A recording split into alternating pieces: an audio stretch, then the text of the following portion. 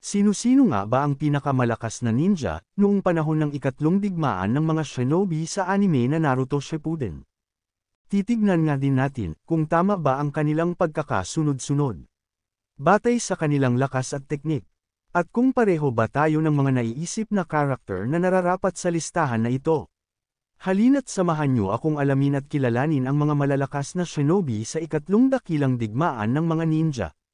Kaya stay tuned lang kayo. Let's go! Simulan na natin after nitong maikling intro.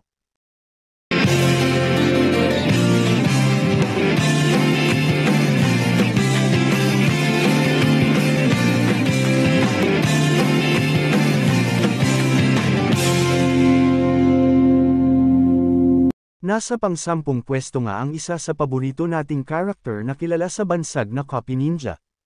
Ito nga ay si Hatake Kakashi ng Konoha Village.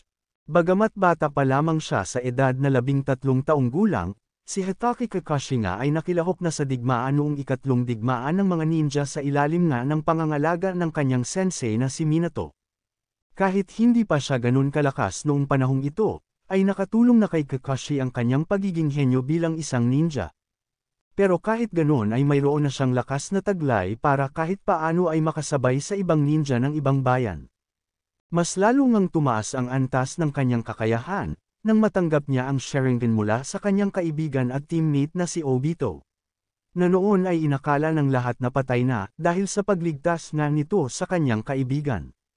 At kahit nga, hindi likas na nagmula si Kakashi sa angkan ng Uchiha ay nagamit niya nga ito ng maayos, at lalo pa niyang napalakas sa bawat araw na dumaraan.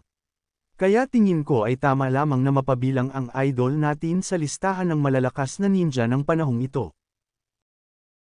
Nasa pang-9 naman, ang kilala bilang Sasori of the Red Sand. Isa nga sa pinakamalakas na shinobi ng bayan ng Sunagakure. Si Sasori ay nakipaglaban nga sa ikatlong dakilang digmaan ng mga ninja, at nakapatay ito ng napakaraming shinobi na naging dahilan upang maging bantog ang kanyang pangalan. Dahil sa napakaraming dugo at buhay ng mga nakalaban niya, sa pamamagitan ng buhangin, nakilala nga si Sasori bilang Sasori ng Pulang Buhangin. Tulad ng kwento ng maraming ninja, ang ikatlong dakilang digmaang ng mga shinobi, ay nagsilbing apoy upang mabago ang takbo ng buhay ni Sasori. Sa katunayan, siya ang dumukot sa ikatlong Kasekage, at ginawa niya nga itong isa sa kanyang koleksyon ng mga papat. Bago niya ito tapusin, bukod pa rito, tinalikuran ni Sasori ang kanyang nayon.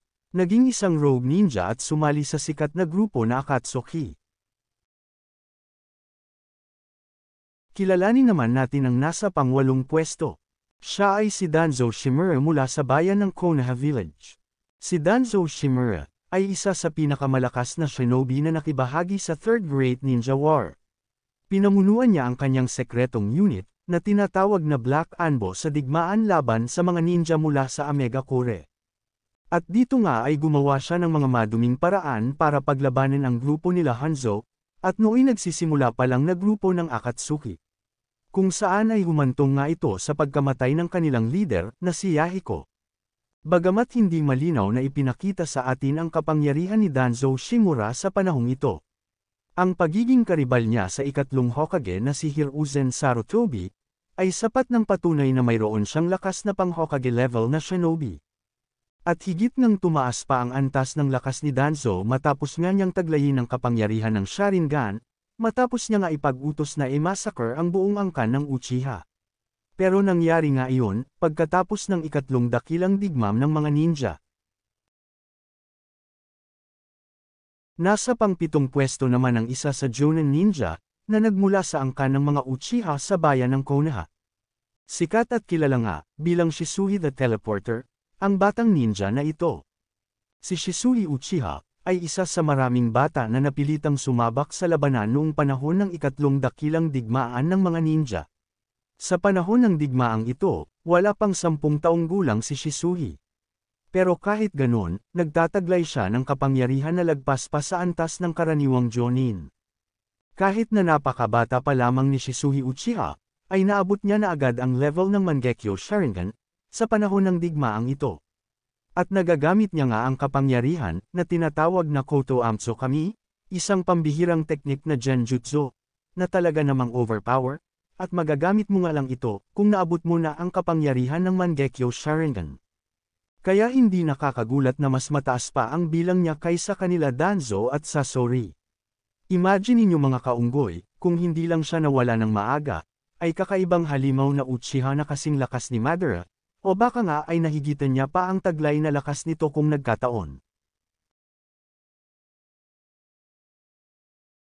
Pumunta naman tayo sa ating nasa ika-6 na pwesto. Ito nga ay ang 4th Raikage ng Kumogakure na si Ai. Si Ai nga ay ang nakatatandang kapatid ni Killer Bee at isa sa pinakamalakas sa kanilang bayan.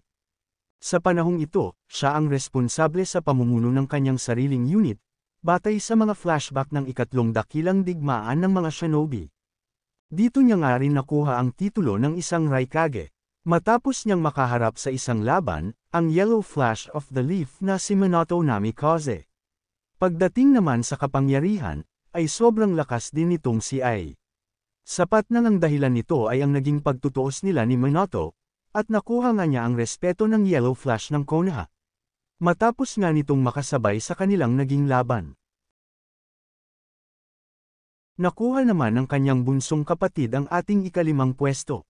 Si Killer Bee nga ay nagmula din sa bayan ng Kumogakure.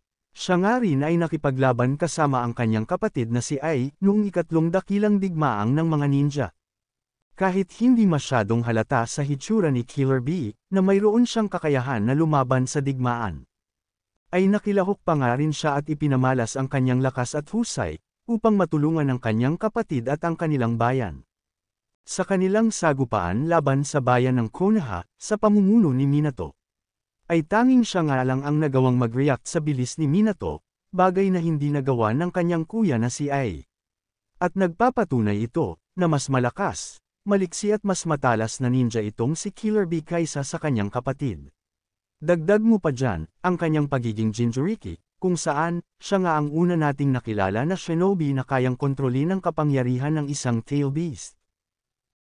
Siguradong magugulat kayo sa ating nasa ika-4 na pwesto. Ito nga ay ang ikatlong Raikage, at ama ng ating naunang dalawang karakter na tinalakay. Ang ikatlong Raikage ay isa sa kilalang kage na nakipaglaban sa ikatlong dakilang digmaan ng mga ninja. Dahil sa kanyang pambihirang lakas, kaya siya nabansagan na shinobi, na hindi kailanman nasugatan sa isang labanan. Sa digmaang ito, ay inali niya ang kanyang buhay, matapos maging isang decoy at harapin ang 10,000 kalaban ng mag-isa. Dahil sa kanyang katatagan at lakas, ay nagawa niyang ang labanan ang mga ito, sa loob ng 3 araw at 3 gabi. Hanggang sa tuluyan na siyang pumanaw. At ito rin ang naging daan, upang maluklok na ika-4 na Raikage, ang kanyang anak na si Ai. Kaya naman hindi maipagkakaila, na napakalakas talaga ng puwersa ng bayan ng Kumogakure ng panahong ito. Disclaimer lamang po bago ko ibahagi ang ating sunod na karakter. Malamang marami sa inyong ang magtataka o baka nga yung iba sa inyo ay hindi sasang-ayon sa ating nasa ikatlong pwesto. Pero bago kayo mag-isip ng kung ano-ano ay ipapaliwanag ko sa inyo kung bakit mas malakas sa kanya ang dalawa pang natitira. Si Minato Namikaze nga ng bayan ng Konoha ang ating nasa ikatlong pwesto. Isa nga siya sa mga pangunahing shinobi na namuno sa ikatlong digmaan ng mga ninja. At siya rin ay isa sa pangunahing dahilan kung bakit natapos ang digmaan. Sa panahon ng digmaang ito, nakilala nga si Minato sa kanyang bilis at husay. Lalong-lalo na nang matalo niya ang 1,000 ninja mula sa bayan ng Iwagakure. Nakipagsagupaan din si Minato laban sa ilang malalakas na karakter, tulad ng magkapatid na sina Ai at Killer Bee ng Kumogakure. At nagawang talunin ang mga ito sa labanan, na naging dahilan upang malimitan ang lumalalang problema sa hidwaan ng mga bayan. Dahil sa kanyang mga tagumpay sa larangan ng digmaan, nahirang nga siya at nakuha ang titulong ika-4 na Hokage pagkatapos ng digmaan. Matapos ngayon ay nagkaroon ng usapin kapayapaan sa lahat ng bayan. Bago ko ibahagi sa inyo ang ating natitirang dalawa, ay ibibigay ko ang detalye ng paliwanag kung bakit mas mataas ang ranggo nila kaysa kay Minato Namikaze. Ang nasa pangalawang pwesto nga natin, ay kilala sa tawag na Hanzo the Salamander. Si Hanzo ay isang maalamat na shinobi, na nagawang pamunuan ng bayan ng Amegakure. Sa sobrang lakas nga ng kanyang kapangyarihan, ay kahit ang tatlong maalamat na Sannin ng bayan ng Konoha ay walang nagawa laban sa kanya. Kahit hindi siya direktang nakibahagi sa ikatlong dakilang digmaan ng mga ninja, ay napakalaki naman ang papel na ginawa ni Hanzo para makaapekto sa ibang bayan. Nakipaglaban nga si Hanzo at ang kanyang puwersa laban sa grupo ng Akatsuki. Upang pigilan ang paglakas nga ng grupo nito, at mapasailalim ng pamumuno niya ang ilang miyembro na may natatanging kapangyarihan. Sa pamantayan nga ng lakas, ay pwede na maihanay si Hanzo sa level ng mga Kage Ninja, dahil na rin sa kanyang husay. At dahil dito kaya inilagay natin siya sa pangalawang pwesto na mas mataas pa kay Minato Namikaze.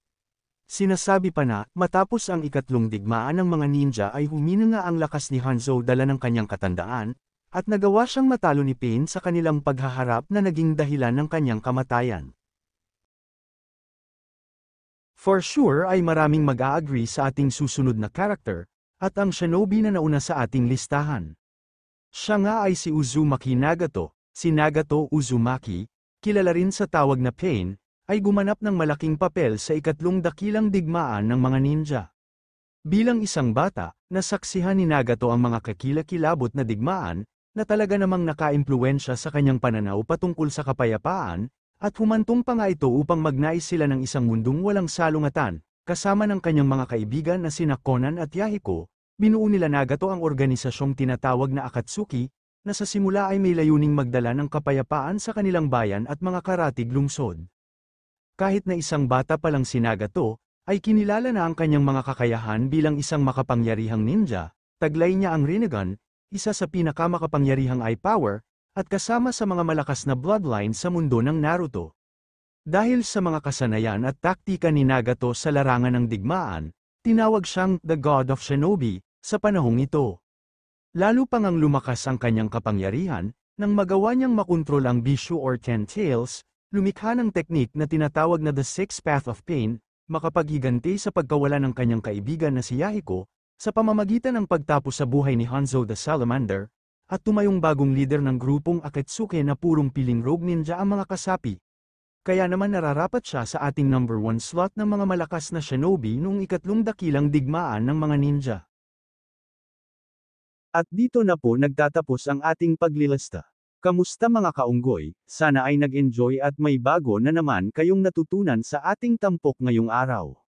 Please like, share, at sana ay paki-follow nyo po ang ating page or channel. Hanggang sa muli, kita-kits sa sunod nating video at mag-iingat lagi ang lahat.